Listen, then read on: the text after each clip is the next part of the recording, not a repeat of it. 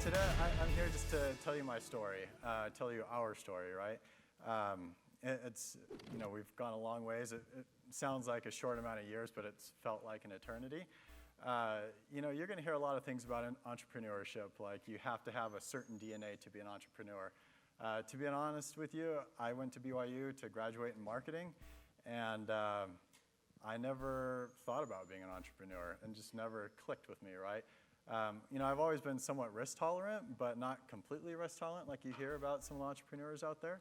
But the point being is that entrepreneurs come in all shapes and sizes, right? So, and all different types of DNA. So I'm just saying that, I was literally sitting in the same class. I was just telling Scott that when I took those classes up at the very top floor, and there was only about 100 seats, and there's probably like 80 people that attended. So super impressed with the community, what they've done here to inspire entrepreneurship in Utah, and super excited to support that. So anyways, and just so you guys know, my perspective is going to come from being a bootstrap company. So we haven't gone out, raised millions of dollars like most companies have. So we've done it dollar by dollar, right? And it's been a great trek and journey. And that's, it's very rare that a company is bootstrapped, and so that's where my perspective is going to come from. But I think a lot goes with companies that are being funded as well. So it all actually started right outside this Tanner building, well, actually just outside of this room.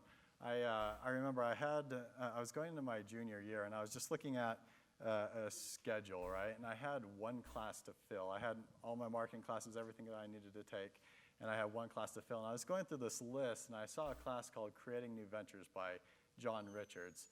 And I thought, I've actually heard about this class, and I heard John's a successful guy, and I heard, that it's a great class to take. So I took it, and that class in itself changed my world.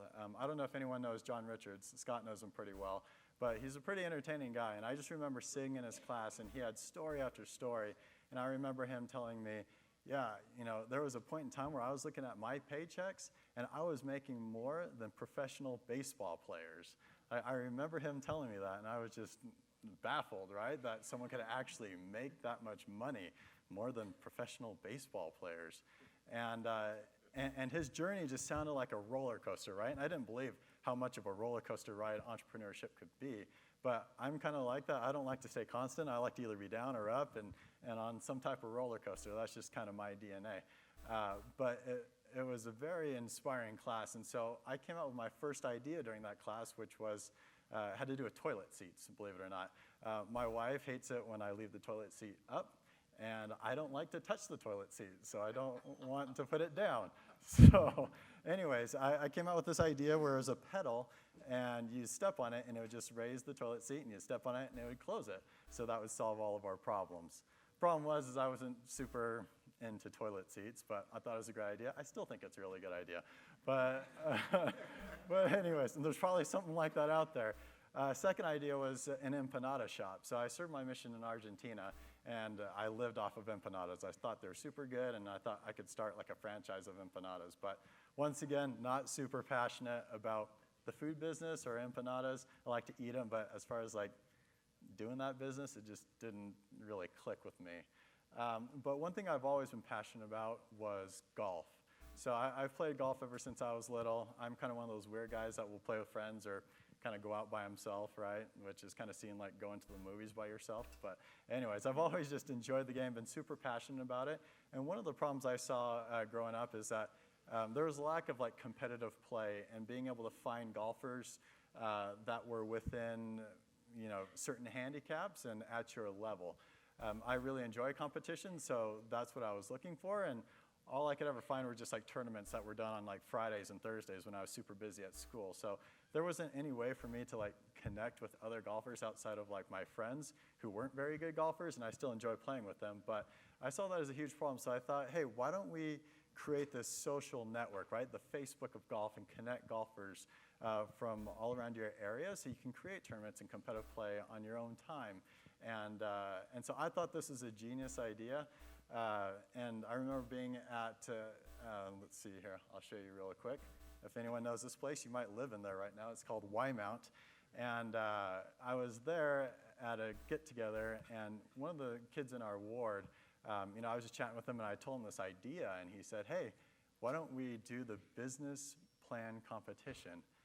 And I was like, what's the business plan competition? And he said, it's just this competition where you can win $50,000. And that was like mind-blowing to me, $50,000, right? That could like catapult our business. We could like go, there's so much you can do with that type of money. So I said, all right, well, let's do it. So we start to put together this business plan. And I swear, we spent hours upon hours until like 2 or 3 o'clock at night. Our wives literally were sleeping on the floor like right behind us, putting on this, putting this thesis together. That's what I would call it. And it was a fun time. I mean, just funny quick story, this computer right here, I had this all through college. And at this time, it got so bad that I had to massage the screen so that it would work, and then I couldn't like touch it too much. And so like I knew how to massage it perfectly to get it working every time. But that probably took a ton of our time just in that itself. But anyways, so we prepped this thesis for this business plan competition. And I remember we were actually sitting right about, 8 rows up on this side. And that's when they were calling out the contestants, the top 7 that would move on to the next round. And we were 100% confident that we were going to make it through and to the next round at least, right? I mean, 7 contestants. I mean, we had this genius idea. There's no way that we couldn't have made it through the second round. And I just remember them calling out number 1, number 2, number 3, number 4, number 5, right? Number 6. None of them was us. And then the last one, it had to be us. And it wasn't, right? And I remember listening to that. I think it was Scott calling out the names, actually. So anyways, we were just sitting right there, and my stomach just dropped, right? All these hours that we spent on this business plan competition for nothing. Literally, now it was just paper. Okay, so now I have to tell you guys. So this is what happens, is nobody can pick winners. So whenever you don't win a competition, don't fold up your tent and quit, because no one knows how to pick winners. These spend millions and millions and millions and tens of millions of dollars, and they rarely get it right. So don't think that, just because you didn't get picked, that you're not going to win. So he won. That's He's the one that won. Yeah. And I promised myself I'll never do a business plan competition again, or at least a business plan. But anyways, so after that, we still thought our idea was great, so we did the business model competition. And again, we weren't chosen, just so you know. Hours on that one. And then the international business competition, we made it nowhere either. So this was really hard on us, because we thought we had this genius idea, right? And no one believed in what we were doing. But I guess we were just naive enough to keep going, right? I mean, we thought we knew better and so forth. And so we just kept going forward. And through John Rich's class, we heard about a program called Boom Startup, where it's basically an incubator. I think there's similar programs that you guys run today. But you have mentors and investors that are part of this program, and it's about 3 months they have to go through, and they work with you on your business model, right? And so you actually have to get into this. So I didn't know if there was a chance for us to get into this, since we weren't able to get past any rounds in the competitions and so forth. And one of the stipulations to this is that you had to have a tech person. And if any of you know what it's like to find a tech person that's willing to take equity and zero pay, it sucks. Like, that's one of the hardest things finding that is like finding a unicorn, no joke. Like, because tech guys get paid so much money, right? And I mean, there's a million ideas out there, and they're approached all the time. And so that was our journey. Before we got into Boomstart, we had to find a tech guy. So I remember we were at this Utah recruiting conference out in the Wilkinson Center. And we were walking around, right, trying to find our unicorn, and talking to everybody to see if they're interested in our idea. No one was interested, and we talked for 2 hours during this conference from booth to booth, trying to find people. And I remember we just said, all right, that's it. We need to go. No one's interested, and we're gonna have to go find someone somewhere else. So we circled the Wilkinson Center, and as we were walking out the doors, I noticed there was a guy standing on my right, and it was a guy that my wife had met in Jerusalem, and I had met him. This was just an acquaintance. And just passed right by him, and we walked out the doors. And I remember just stopping and thinking, hold on, Joel, that was my business partner at the time. And I said, we need to go back and talk to this guy. So we literally stopped, and we walked back, 50 yards to go talk to this guy. And I found out that he wasn't a tech guy, but his buddy, who he was talking with at the time, just right there, was a man by the name of Joel Hopkins, this guy on the left right there. And we took him over to, I don't know, the Cougar Eat, and we bought him lunch, and we sat down, pitched him our idea, and he bought into it. That guy was our unicorn. He knew how to code. He coded for Qualtrics, and he jumped with both feet into what we were doing because he believed in what, our idea was, right? So super exciting. At the time, he had 2 kids and a wife and a mortgage. So I have absolutely no idea how he did that or his risk tolerance, what level that was. But he literally just jumped full boat into what we were doing, right? And that's when the adventure started. So we got into Boom Startup. There was 10 teams, and luckily we got in. I think John Richards gave us a little push, even though he probably thought our idea sucked too. But anyways, he probably saw our persistence.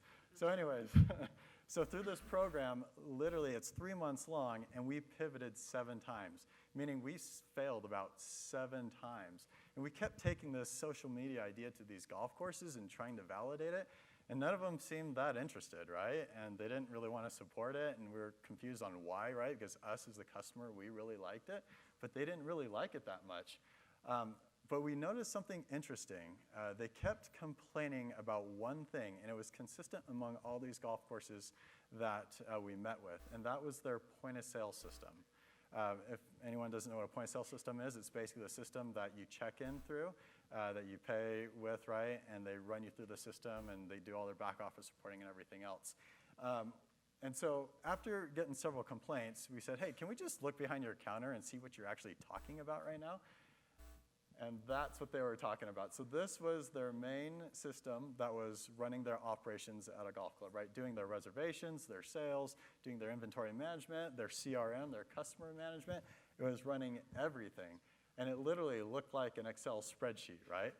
And what we also learned is that these were fully server-based softwares, meaning that people were flying out to these golf courses when they wanted to be set up. They were taking the software and installing it on 1 or 2 computers. Their accountants couldn't access the reports unless they were at the golf course, right? So they couldn't access it from anywhere.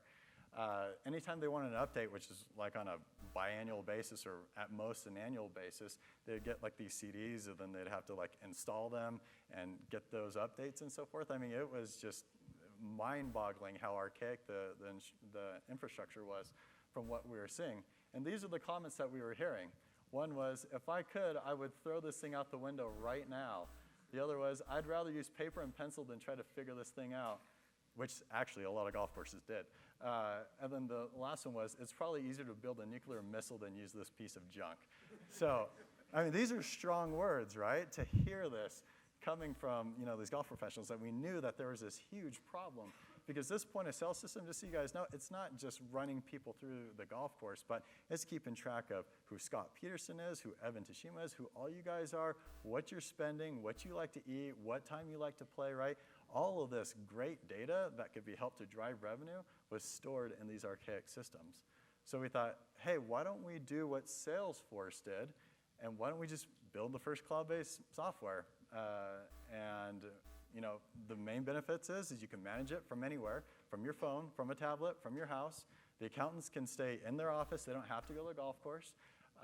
And with that, they won't need any more servers, right?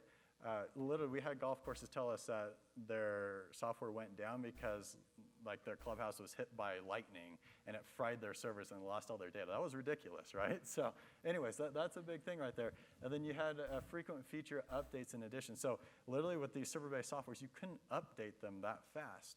Where with the cloud-based system, you can update it, every 2 weeks, every 4 weeks, right? That's kind of the schedule we're on right now. Because if you mess up and you throw out a bug, you can just pull it back and put back the old version, right? It's that easy to work with a cloud-based system. And to be honest with you, this was a huge problem that we were finding, but I didn't even know what a point-of-sale system was. I literally didn't even know what point-of-sale stood for. So I literally had to go back behind the desk and sit there with my business partner for hours trying to figure out what this thing was and what they were actually using it for. But we knew there was a big problem, and we knew that we were probably smart enough to figure out how to come up with a software that could solve that. And so we believed in that, and literally we spent hours upon hours with customers just sitting behind this desk, figuring out exactly what they needed and what they didn't need. So that was our experience through Boom Startup, right? That's what we found, and we literally found this like 2 weeks before what they call Investor Day. So we had 2 weeks to build like the beginnings of this, which was like a T-sheet, which I think a Google Calendar worked better. And then I had to get on cold calls and like pitch golf courses on using this T-sheet that we had built in 2 weeks. And luckily we were able to get a few sales, a little bit of traction. But through the whole program, every other team was just touting how many customers they had and their traction and their revenues and everything else. I don't know if any of those companies exist anymore, so that's kind of the proud me speaking, but I like all those guys. But anyways, every week we had to say, oh yeah, we have 0 revenue, 0 customers, 0 everything, right? So there was a lot of like fight through and resilience that we had to have just to get through these different types of programs and believe in what we actually had. So that's what we found, and we went off. That's what we created, right? The first cloud-based software, right? And that's basically how that started. And we just kept at it, and we kept building, working with customers. Today we have over 1,000 golf courses. Some notable ones is the University of Yale. Take care of their golf club, Michigan. If anyone's golfers here, Torrey Pines. That's where they've played the U.S. Open several times. Bethpage State Park. They just played the PGA Championship there. And we just took care of the Disney courses out in Orlando, which is super fun. Their bunkers are like Mickey ears. So I don't know if you play golf, but literally if you look at an aerial view, their bunkers are Mickey ears. So pretty awesome. But anyways, it's been a great journey in trying to figure this out.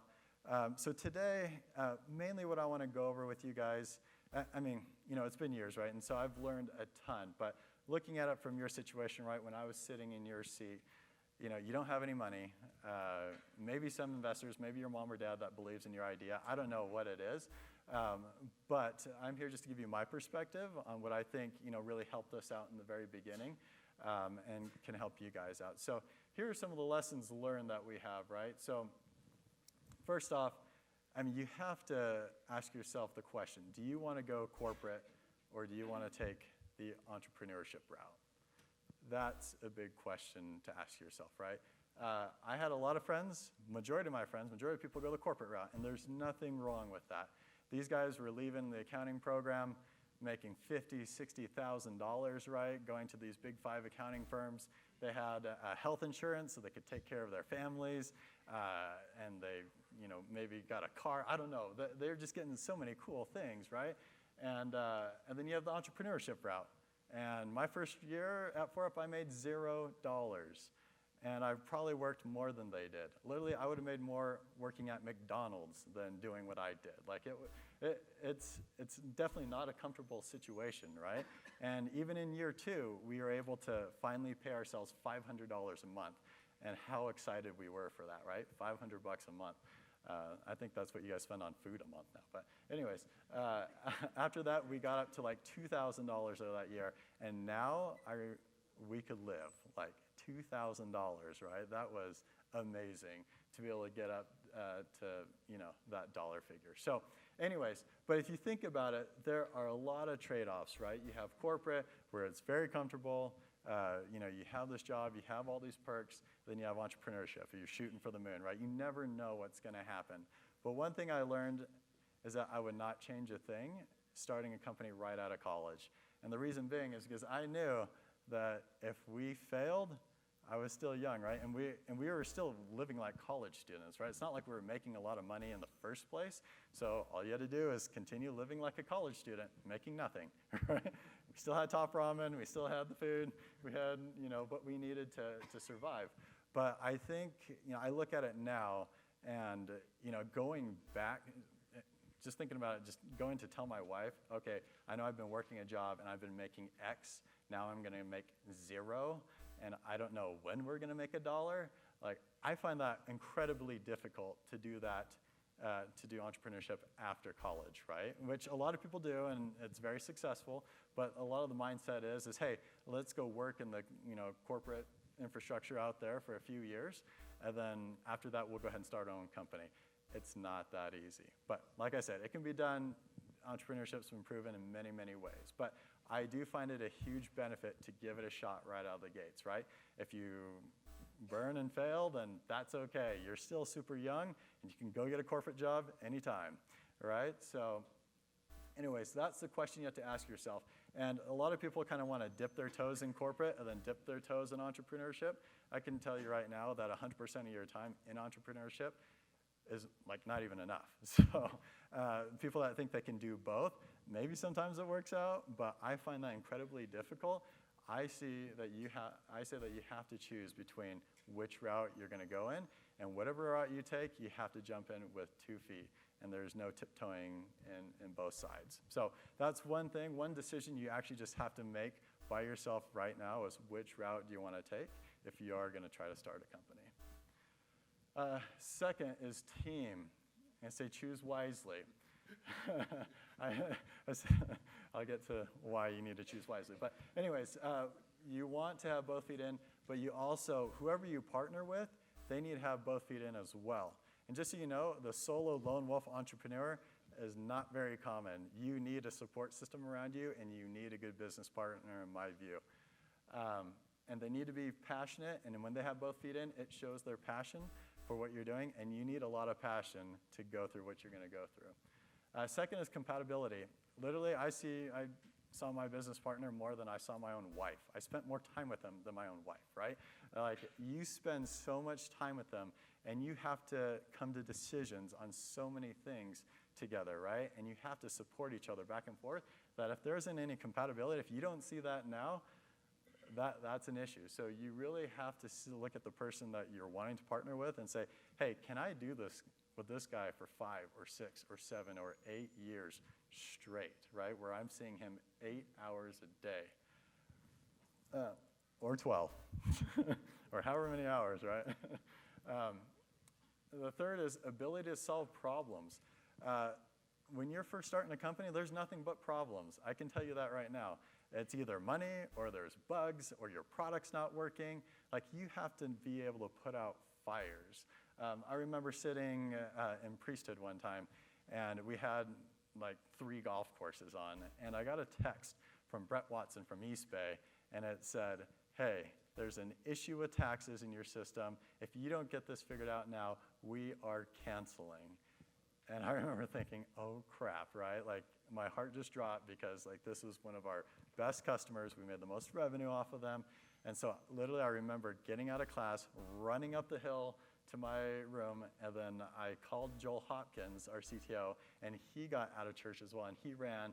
And basically, I had to get on my computer, find the bug, and I'm just like sweating bullets trying to figure this thing out, right? And we were able to figure out what the issue was. And then I told Joel Hopkins, and he said, I'm on it, and he fixed it on the moment, called him, and problem solved, right? That's just one instance. There was plenty of those. That happened like all the time, every week, every month, like, and it gets pretty taxing. But your ability to solve problems is huge, because if you think there aren't going to be that many problems, you're in a world of hurt. Even if you raise funding, like, there are still a lot of problems that you have to get through, and that is your job, is solving those. And nothing's beyond you, right? I was doing quality assurance. I was trying to figure out the software. I was trying to sell. I was trying to do account management, support. You're doing a million different types of things, and there's always problems to solve on that side. Resilience. So, as I said, I mean, you run into these issues weekly, monthly, sometimes daily, right? And you're making $0. You know, I always joke about it, because we had some golf courses in the East Coast, and they would call us at like 4 a.m. in the morning, right? And it would just buzz my phone and my business partner's phone. And I would wake up, and I would see it, and I'd see it ringing, and I'd have to run to the bathroom, and I would have to like gargle water so it didn't sound like I just woken up. And then I had to like run into a separate room so I didn't wake up my wife, and then take the call, right? I'd like clear my throat and everything else. That is not fun to do, and when you're constantly doing that, man, you better have a good purpose for what you're doing, right? Because that's just one story out of many. There's so many things that go on that, you know, take sleep away from you, take your energy away, make your heart drop. Like I said in the beginning, it's an emotional roller coaster. So resilience is key. Do you have that in your team? Not just yourself, but the guy next to you, is he going to be as resilient as you? Those are some of the things that are hard to be taught, right? But are things that you guys need to figure out. Last is trust. And if there's not, I'm going to preface it with this. If there's not trust, none of this other stuff really matters. You have to be able to trust your partner. And also, you can't not trust in someone and expect them to trust you. It's not a one-way street. It has to be a mutual trust that you have with everybody. We actually, for a few years, we had a low level in trust in our culture at our company. And it really, really affected us, just to be fully transparent with you guys. Nobody trusted anybody. And it wasn't the right feeling. And we made some changes. We made some very big changes. And once we made those changes and started to restore trust, just this year, we've seen differences in revenues and in sales bookings. And I can tell you how. In sales bookings, we've actually grown by 88% from last year. So we've almost doubled our sales from last year. And I credit that to the trust that we've built in our teams. Because now, like our tech department can make their own decisions. Product can make their own decisions. There's no funnel into one man or anything else like that, right? You have, outside of that, marketing. They can make their own decisions, right? And when you empower people and you trust in them, it's marvelous what they can do, right? And when you build them up and you guys go into one direction, you can trust the sales team and everything that's going on, and sales can trust, support, and there's a culture of trust, miracles can happen, and I've just witnessed that this year. So I can tell you, out of all things, trust has to be there overall, or nothing else matters. So find a business partner you guys can trust with your whole heart, and but then again, don't just trust blindly, right? So you just have to go forward with that, just keeping that in mind. But anyways, with that being said, the second principle that we will go over is just staying lean. So our first office was at Boom Startup, and it was at the WordPerfect building, and it was free office space, which was awesome. And I think we took advantage of it because we stayed there even though everyone left after the program. I don't think anyone caught us, but we just stayed there. And we stayed there for like 8 or 9 months, and no one really caught us until finally it just happened and we got kicked out. But anyways, we didn't want to pay any rent. Like all the other companies were going out, finding decent office space and paying rent. But we didn't have any money. Boom Startup gave us $15,000, and we only had a few customers. We didn't have anything. So we literally stayed in there until we got kicked out. And then our second office space was like $500 a month. So, I mean, we were pretty lucky to find pretty cheap office space right there. But let's see if this works. Second, this is just a funny story I wanted to tell you. So we were too cheap to pay for a fax machine or for a faxing service. So we used my mom's fax machine. So she lived in California, and I remember for the first 3 years, I would call my mom. I don't know why we didn't get one earlier, just so you know. I'm not saying you have to do this, but this is how frugal we were. But I would call my mom, and I would say, hey, Mom, did a contract come in yet? And I would constantly call her to see if contracts were coming in, right? She was like, oh, yeah, son, it's here. Congratulations, I love you. Glad things are going well, right? And she could always tell how well we were doing because we used her fax machine. But anyways, another one. So I remember our first PGA show. This is a big golf show where you present your product. We had very, very little money, but we wanted to kind of make a splash. So we went to UVU and we found this break dancer, and we told him, we'll pay you $500 if you come with us, and we'll pay for your stay. And so he thought we were this really big company. And so he was like, this is so cool. I'm going to go with these execs all the way out to Orlando, and I'm going to break dance for their company. This is going to be amazing. So we get there, and we take him to the room, and we were too broke to get 2 rooms. So we just got 1 room, and there were 4 of us. And so, and Joel Hopkins is a bigger guy, our tech guy. And so he said, Joel and McLean, you're in this bed, and then I'm going to be with Joel Regar in this bed. And McLean looked at us, he's like, what do you mean? I was like, well, we just are sharing beds, I'm sorry. Needless to say, he ended up sleeping on the chair. I woke up to him just literally sleeping upright with a blanket on him. But I, to be honest with you, I think I've shared more beds than I've actually had my own bed. Now it's much better. We have our own beds. But we still do 2 people to a room, right? Most companies do like 1 room per person. We don't believe in that. I mean, we could do that if we wanted to, but, it's important to us that we continue to be lean. And one of the main reasons for being lean is because you never know when you're going to need that money, right? This game of entrepreneurship is about how long you can actually last. I've seen that so many times, and the reason I say that is because you're going to go out and you're going to pitch these customers, and they're going to tell you no. But if you keep pitching them for 2 or 3 years, they're going to start noticing that, hey, these guys are still around. These guys actually have a company, and they're going to start signing on with you. That's happened to us multiple times. People that have said a no to us over 3, 4, or 5 years. But the longer you guys can stay in existence, the more traction you're going to get, and the better chance you guys are going to have of surviving. It also gives you time to build product and everything else. So you have to give up luxuries, right? You have to give up a single bed. You have to give up, just a lot of nice things that you would typically have in another company. But anyways, last thing is I can't count how many packets of top ramen I've eaten in my life. But anyways, I'm done with that. But the whole point of this whole thing is you just need to just be very, very careful with all your spending, right? Find the cheapest tickets, plane tickets, right? Figure out how to talk to someone negotiate your way down for softwares to get that lower. Do all you can to keep your costs as low as possible. And I'm not just saying that from a bootstrap perspective. I'm saying that from like a funding perspective as well, right? Of course, if you're receiving funding, you want to accelerate sales and everything else, but don't be stupid with other expenses and so forth. You have to be careful because, once again, this game is about how long you can survive. Outside that, you have customer obsession. So one thing I think we've always been good at is actually like caring. This is important, right? Because you're an entrepreneur and you're typically caring about like this vision about what you have, right? And making lots of money one day. At the end of the day, it's not the money that's going to really drive you. For us, we work with, like I said, over 1,000 golf courses now. I know a lot of these people by name, and they run their own businesses, and we're trying to make them successful, right?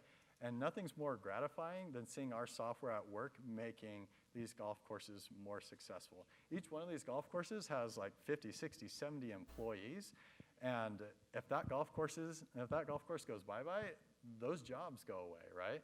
And so I truly care about the clients that we work with and providing a better experience for them and making sure that we can provide the tools to help them become more successful.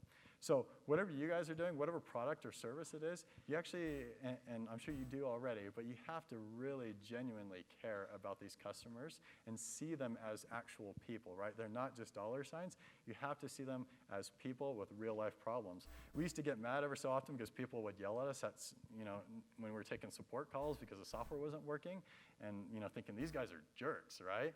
But at the end of the day, I put myself in their shoes. They're trying to run a business, and their point of sale is not working. Like, I'd be ticked too, right?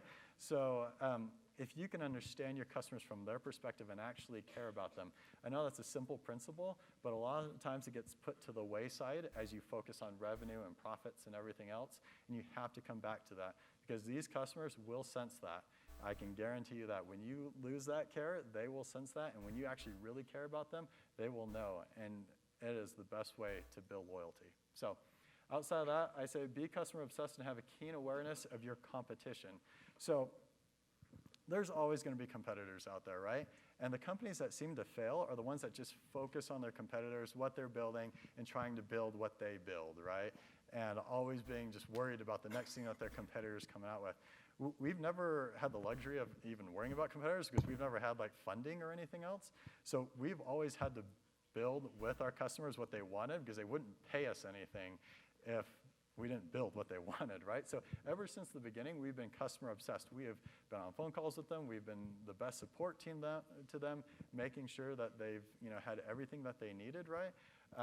And always been able to listen to their actual needs instead of just trying to come up with what they want. So that's a huge key, is that when you guys go into this, yes, be very aware of what your customer or your competition is doing. Be aware of their technology, be aware of the direction they're going, but more than anything, be customer obsessed. Be with your customers, talk to your customers, listen to your customers, and focus on the experience that you're providing them. And then there's always going to be competition. You knock one competitor out, next one's coming on board, right? There's no way of getting around that. So that is just a quick thought on that side. And then one of the most important things you can do is create and leverage a fan base. I remember our first golf course. It was a 7-hole golf course that charged $5 for their tee times. And it was this lady named Judy Flint, and she became like my grandma. She loved me. I don't know why. But anyway, she was super nice, but none of our issues were ever our fault to her. She always saw us like through rose-colored glasses. I don't know why, but she actually catapulted us into like 2 or 3 more golf courses. So she was a small golf course, and we used her to get into these other golf courses where we were able to build loyalty off of them. And from there, we were able to take those golf courses and go into the next set of golf courses, right? In this industry, and many industries that you go in, the first question they're going to ask you is, who is using your software? Who is using your product or service? Am I a guinea pig? That's basically what they're asking you, right? And so you have to be very aware of that, and you have to be able to create this great fan base. Now we have like Torrey Pines and Bethpage vouching for us, right? So when customers call and they say, well, who are using you? And we say, oh, Torrey Pines and Bethpage, would you like to give them a call? And that's it. They don't need to know anymore, right? But we've been able to build this fan base that's been able to catapult us every step of the way. So whole point to that is don't forget about your originals, right? Don't forget about your fan base. Build them up. Those are the customers that are going to get you to where you want to go, and they're going to build and give you that credibility that you need to get into these bigger, more profitable accounts. So that's one thing to pay attention to. Last thing here, I think we're running out of time here, but in the very beginning, sales and tech is everything. Everything else follows from there. I've talked to so many entrepreneurs where they say, well, I have a degree in accounting and finance. And I have to tell them, well, you know what? There's no use for that until there's revenue. You can't do any accounting or financing until there's revenue, right? A lot of people shy away from selling. But the truth of the matter is you're either selling to customers, you're either selling to investors, you're selling to your mom, your dad, you're selling to everybody. You're selling on business partners to join you. You have to learn how to sell, and you have to learn how to sell well. Either that, or you need to learn how to build the technology, because those are the 2 roles that will get you anywhere in a tech company, right? Or build the product, or build the service, or whatever it is. But those are the only things that matter at this point, because it gets you to revenue, and it gets you traction, and that's what people care about. One of the main points here is do not wait to sell your product or your service. So a lot of people go out there and they say, hey, my product's not ready yet, I'm going to wait. That is not the way to do it. And the reason being is because a lot of people want to just go out and give out these surveys and ask people, how much would you be willing to pay for this? Well, there's a big difference between someone filling out a survey on what they would give you and what they actually give you. So being able to charge them and sell your product and people actually giving you money validates your product more than anything else. So from the get-go, even if I'll tell you what, in the beginning of Fort, we only had like a T-sheet, and I was basically selling air. Literally, like getting on the phone and selling air. And they would ask me about these certain things, and I'd say, oh, that's coming. And, oh, yeah, we do have this, and this is coming. And then I would be like, Joel Hopkins, can you build this, please? Can you build this right here? And we'd be building the product like that, right? And so it doesn't even matter if you have just like something that's in beta or whatever it is. You need to get traction now and not wait, and you need to build that pipeline. So anyways, those are some of the main points.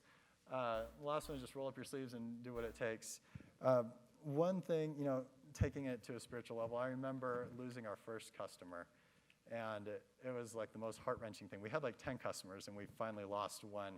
We totally blew it with them. I admit that to this day. They're actually about to come back, just so you know, so that's pretty exciting. But anyways, I remember losing them, and at that time, when you lose a customer, it is like the worst thing in the world. It's like your dog died. Like losing, because this is like your baby, right? And someone's choosing not to use your baby anymore, and it's just so terrible. And I remember just being in Wymount and walking out. We were kind of near the temple grounds. So I went out and I sat on this bench, and I was just complaining. I was just, talking about how hard this was, how I'm waking up at 4 a.m. and I'm taking all these support calls, no one likes us, and all these things are hard. I'm getting paid $0, and now we just lost our first customer, and like this is not heading in the right direction. And it was like just a downer, devastating moment just sitting on that bench. And I just felt helpless, right? And I just sat there for like 1 to 2 hours, just all by myself. And I don't know what happened at that moment. I just felt a nudge just to keep going forward, one day at a time. And from that day forward, I just got off that bench, right? And just took it one day at a time. And things just got better. It just got better and better. We still had all of our troubles, but every day that we made it through, things got better. And it just really taught me the importance of taking it one step at a time, right? Having faith. A lot of people say that, they like to kind of separate spiritual things and business, right? Because, Heavenly Father might not care if you make a lot of money. And that's probably true to a certain degree. But I think Heavenly Father cares about your wants and that you want to be successful, right? And He cares about what you'll do with that wealth if you build it. So I've always found the power of prayer to be very, very important in everything I've done, including this business, and we would not be here where we are today without that in our lives. And so I just wanted to end off with that message that, this is a hard game, but if you can find the right people and if you can stay level-headed and deal with the emotions of entrepreneurship, it can be the greatest blessing in your lives. So anyways, appreciate being here. I think we're just doing Q&A right now, but thank you very much.